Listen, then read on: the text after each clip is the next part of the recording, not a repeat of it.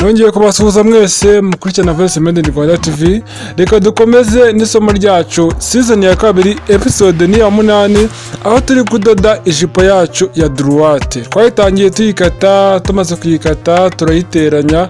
Ubu tuvugana hasigaye episode imwe nyuma y'ingiyi kugira ngo tubone episode ya nyuma ariyo finale aho tuzaba turangije kwiga iyi season yacu nako iyi jipo yacu ya DURUWATE turi gusoza season yacu ya kabiri. Rero nkongira ati ni Voice Made in Rwanda TV uba turakora subscribe wayikora reka dukomeze n'ijipo yacu ya DURUWATE dukomereje aho twagarukiye. Rero nkuko twabivuzeho ubushize muri episode yabanjirije iyi ngiyi, hano tuba dukata sentire yo mu nda. Ibi byose twarabibonye aho tumara kuyikata gutya. Ikintu tugiye gukora ibi ngibi bijemo ntago mwabibonye, ariko hano dufata sentire nibura tukayomeka. Ufata ingwa ukandika hano ku bubi bw'umwenda, ahangaha ni ku bubi, ugacishamo nibura ingwa hagati na hagati kuriya, cyangwa se ibi ngibi ubikora ari nk'ubu ngubu ndi kubasobanurira ndi kugira ngo mbereke ahantu ngiye komeka. Ni ukuvuga ngo ufata virizorine ukomeka igice kimwe cya sentire. Hari abantu bayomeka yose nabwo birashoboka, akavuga ati ngewe ndomeka sentire yose, ariko kugira ngo mu rwego rwo kudapfusha virizorine ubusa kuko ibikora ibintu byinshi, womeka igice kimwe nta kintu kiba gitwaye, kuko n'ubundi bigororotse. Icya mbere ni uko sentire bube irimo virizorine, si ngombwa kuyomeka yose kuko ari igihomeka yose bigasa n'ibibyimbamo gatoya, ariko igice kimwe biba bihagije kuriya. Ufata sentire yacu ugafata ku bubi bwayo, hariya ni ku bubi, ukahomekaho virizorine ariko nibura ukomeka igice kuva guturuka ku ruhande rumwe rwa sentire kugeza mu cya kabiri hagati na hagati. Urabona ko ariko mbigenje. Virizorine rero kuyomeka nabwo bibamo amasomo, kuko virizorine iyo womeka ahantu hashashagirana hasa n'amazi, niho wubika ku mwenda wacu ugiye komeka. Aya mazi aba ameze nk'amazizi. Iyo maze kuyomeka rero urakata virizorine ukayikuraho hagasigara sentire. Ibyo nandimo gusobanurira ugiye komeka virizorine. Nimba ari ubwa mbere ugiye komeka, reba neza virizorine kari akantu bomeka ku mwenda kagafataho. Kaba gafite uruhande rushashagirana cyane n'urundi ruhande rudashashagirana. Rero uriya ruhande rushashagirana ntago ari rwo bakozaho ipasi. Iyo ukojeho ipasi bihita bifatana n'ipasi. Aho gufata uriya ruhande rushashagirana akaba ari rwo uhuza n'umwenda.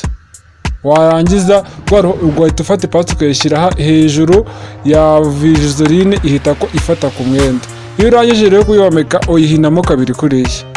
Sentire ukayihinamo kabiri ugacishaho ipasi.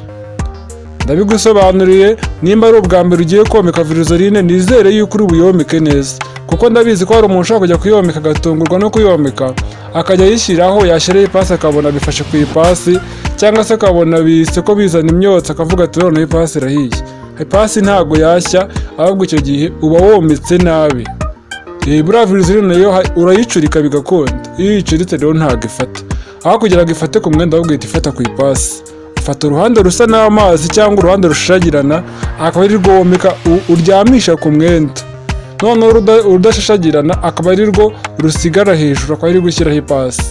Ni ukuvuga ngo urashashagirana nirwo rumatira, nirwo ruba rumeze rufite ibintu bimatira ku buryo ushyira ku mwenda bigahita kubimatira bigafatana.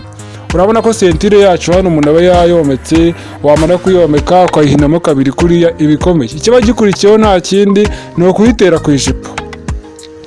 Nkubwira ati ahangaha niho ruzingiye. Nitumara gutera sentire turatera n'imashini, nitumara gutera n'imashini ijipo yacu iraba irangiye, hanyuma ndabereka yarangiye. Nongere iyo ugiye kuyitera rero ikintu ukora hano, ufata ubwiza bwa sentire, ubwo ndavuga hariya heza nyine utometse, ukahuza n'ububi bw'ijipo kuriya.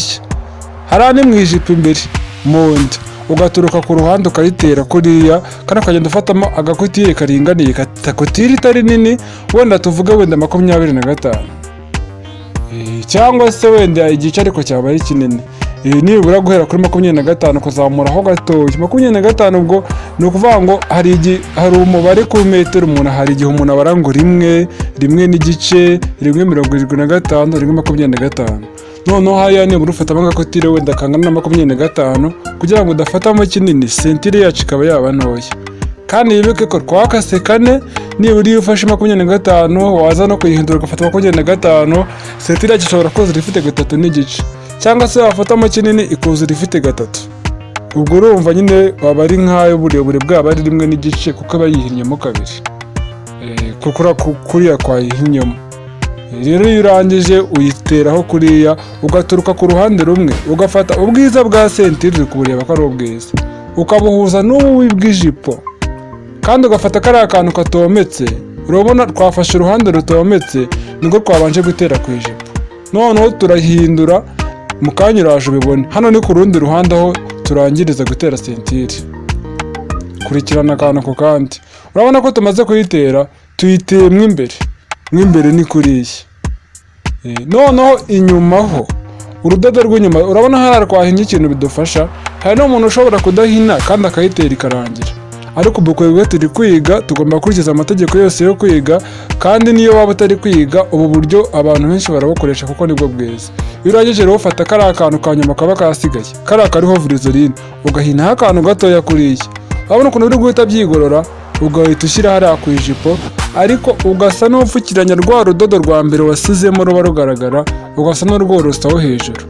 Nturengere ngo manure hasi. Urabona ko sentire irasa n'ireshya ku mpande zose.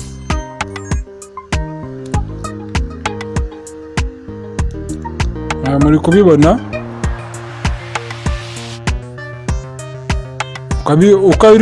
ugahina neza ku buryo ucisha urudodo ku mpande.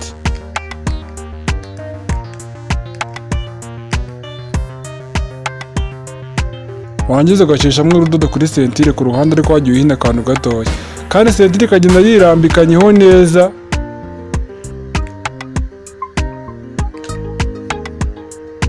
Ku buryo urudodo rwa mbere wasizemo cyagiye rutagaragara.